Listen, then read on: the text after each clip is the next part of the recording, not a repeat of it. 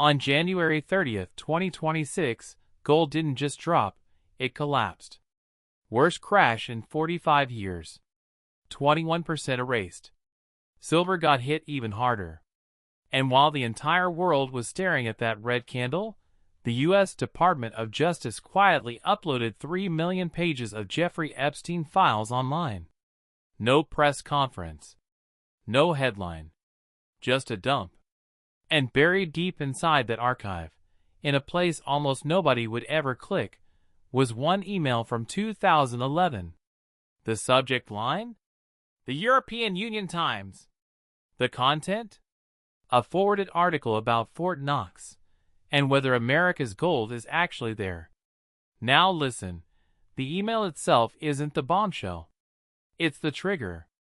Because once you pull on this thread, you run straight into a 73-year audit gap, broken promises from the most powerful people on Earth, and one question nobody in Washington seems willing to answer. If you stay with me for the next few minutes, you'll see why that silence is exactly how you get to $10,000 gold. Almost down to the minute, two events collided, and one of them swallowed all the attention. Gold suffered its worst single-day crash in 45 years. 21% gone. Silver was hit even harder, down 41%. Every financial headline lit up at once. Charts turned red. Analysts scrambled for explanations. Commentators called it a reset, a shakeout, a healthy correction, anything that sounded reassuring. You've already seen that story. You probably lived through it. But while everyone was staring at the price, something else happened quietly, mechanically, without a press conference, without a headline crawl, without a single breaking news alert. The United States Department of Justice uploaded more than 3 million pages of documents related to Jeffrey Epstein. No announcement. No warning. Just a massive data dump placed online and left there. Most people never noticed. Most still haven't. And buried deep inside that archive, not in a headline document, not in a summary, but inside a dataset almost nobody will ever open, was a single email sent on June 18, 2011. One email. That email is not important because of who received it. It's not important because of who sent it. It's important because of what it points to. Because that email is not the story. It's the door. And what's behind that door is something far bigger, far older, and far more uncomfortable than a market crash. It's about Fort Knox. It's about America's gold. It's about promises that were made, then quietly abandoned. It's about audits that never happened, questions that were never answered, and a silence that gets louder the longer it lasts. By the end of this video, you're going to understand why this single thread connects directly to a future where gold doesn't trade at $5,000, but $10,000. And I need to warn you up front. Once you see how these pieces fit together, you can't unsee them. You'll never look at gold the same way again. Welcome to the Economy Rewind cases, where the most important stories are the ones nobody wants to talk about. Let's slow this down and be precise, because precision matters here. That email exists inside a PDF hosted directly on a United States government website. This is not a screenshot, not a leak, not a rumor floating around social media. Anyone can verify it themselves. The document shows an email sent on June 18, 2011, at 2:51 p.m. The sender's name is redacted. We don't know who sent it. The recipient is Jeffrey Epstein. The subject line reads, "The European Union Times." At the bottom it says, "Sent from my iPad." Attached to the email is an article with a headline that immediately grabs your attention and probably triggers your skepticism. The headline claims that all U.S. gold is gone from Fort Knox. Now stop. This is where most people get this story wrong, and I'm not going to do that. The article itself comes from an unreliable source. It was not written by a respected journalist. It was published on a fringe website. Fact checkers have labeled it low credibility. Major financial outlets dismissed it years ago. I'm telling you this clearly and upfront because honesty matters. This channel does not present conspiracy as fact. The article makes claims about secret reports, intelligence agencies, fake gold bars, and arrests that have never been independently verified. None of that is proven. None of that is what this video is about. Because here's the critical mistake people make: they focus on the claims and miss the questions. And the questions are real. The email didn't invent them. It accidentally exposed them. Why has there been no full independent audit of Fort Knox in over 7 decades? Why are requests for transparency consistently denied? Why do officials promise answers and then go silent? Why does the government value its gold at a price set in the 1970s, while the world trades it at modern levels? You don't need a conspiracy theory to feel uncomfortable with those questions. You just need a calculator and a memory longer than one news cycle. To understand why this matters, you have to understand the pattern. And that pattern starts with a man most people barely remember today, the former head of the International Monetary Fund. This is not a minor role. The IMF sits at the center of the global financial system. The person running it sees everything: debt flows, reserve balances, gold holdings, systemic risks. In May of 2011, this man was pulled off a plane at JFK Airport and publicly accused of sexual assault. The story exploded worldwide. His career ended overnight. His political future evaporated. And then, quietly, the case collapsed. Criminal charges were dropped. The credibility of the accusation fell apart under investigation. Years later, courts cleared him of separate charges. This isn't speculation, it's documented history. And here's the part that makes people uneasy. Within days of that arrest, another powerful international banker was accused of nearly the same crime in the same city. Same circumstances. Same outcome. Charges eventually collapsed. Were these cases connected? There is no proof. But when the most powerful financial figures in the world are removed under identical circumstances, and those cases fall apart, you don't need paranoia to notice a pattern. Something removed them from the board permanently.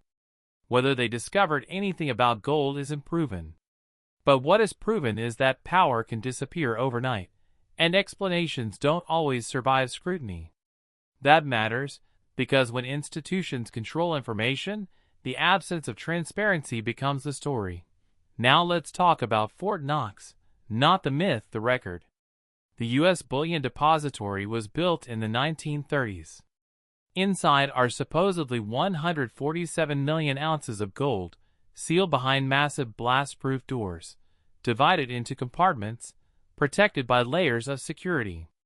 On paper, it's the largest gold reserve on Earth. At market prices, it's worth over $800 billion. And here's the number that should stop you cold. The last full, comprehensive, independent audit of that gold happened in 1953. 73 years ago.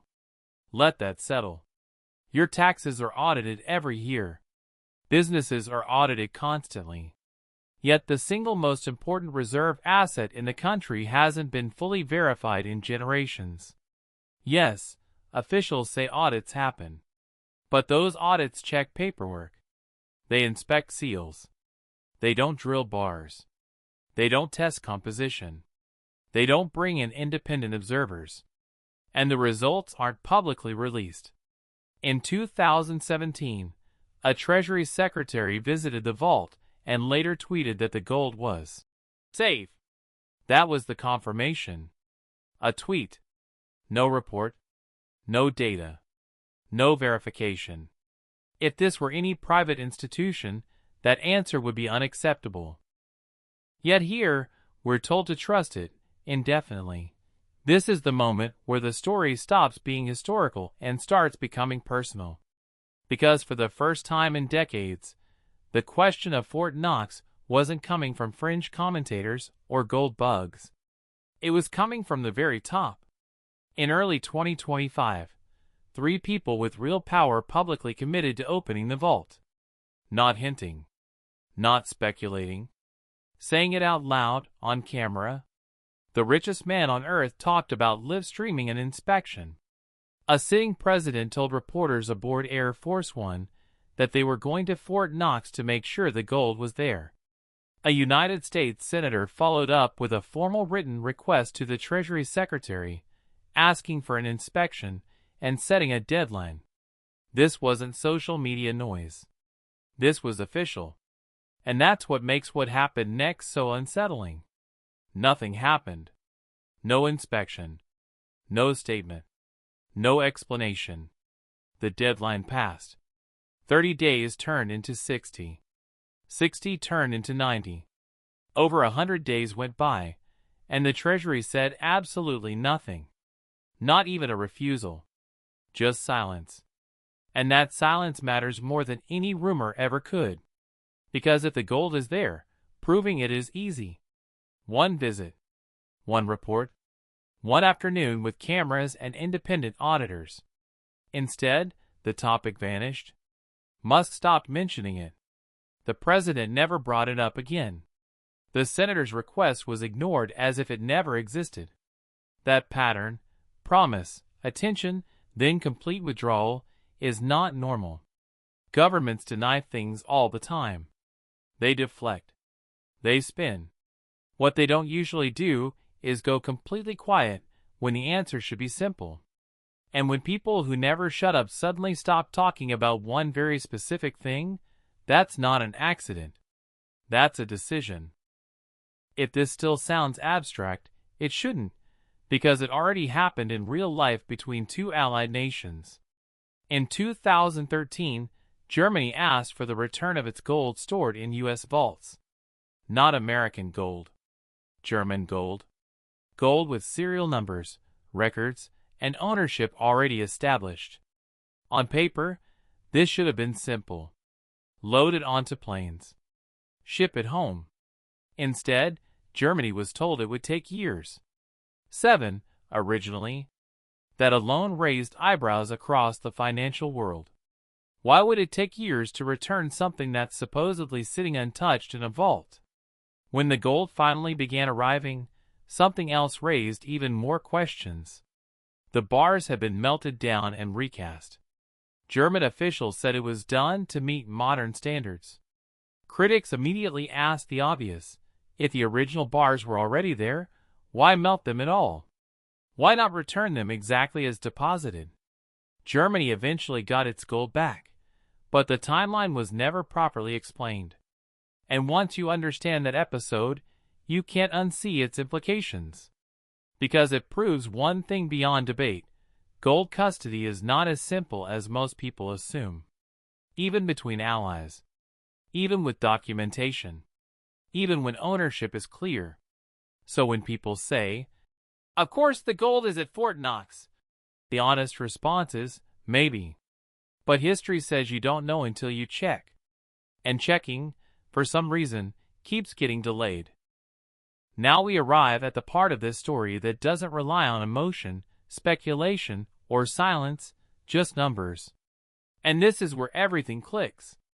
The United States government officially values its gold at $422 per ounce. That price was set in the early 1970s. Over 50 years ago. Today, gold trades north of $5,000. But on the government's books, Fort Knox is still valued as if Nixon just closed the gold window. That accounting choice creates a staggering distortion. On paper, America's gold reserves are worth about $6 billion. In reality, at market prices, they're worth over $800 billion. That gap matters because balance sheets matter. Especially when national debt is pushing past $38 trillion.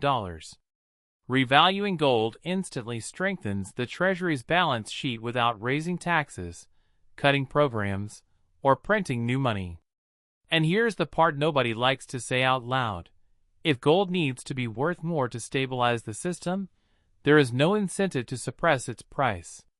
At $10,000 per ounce, U.S. gold would be worth over $1.6 trillion. That's not a prediction.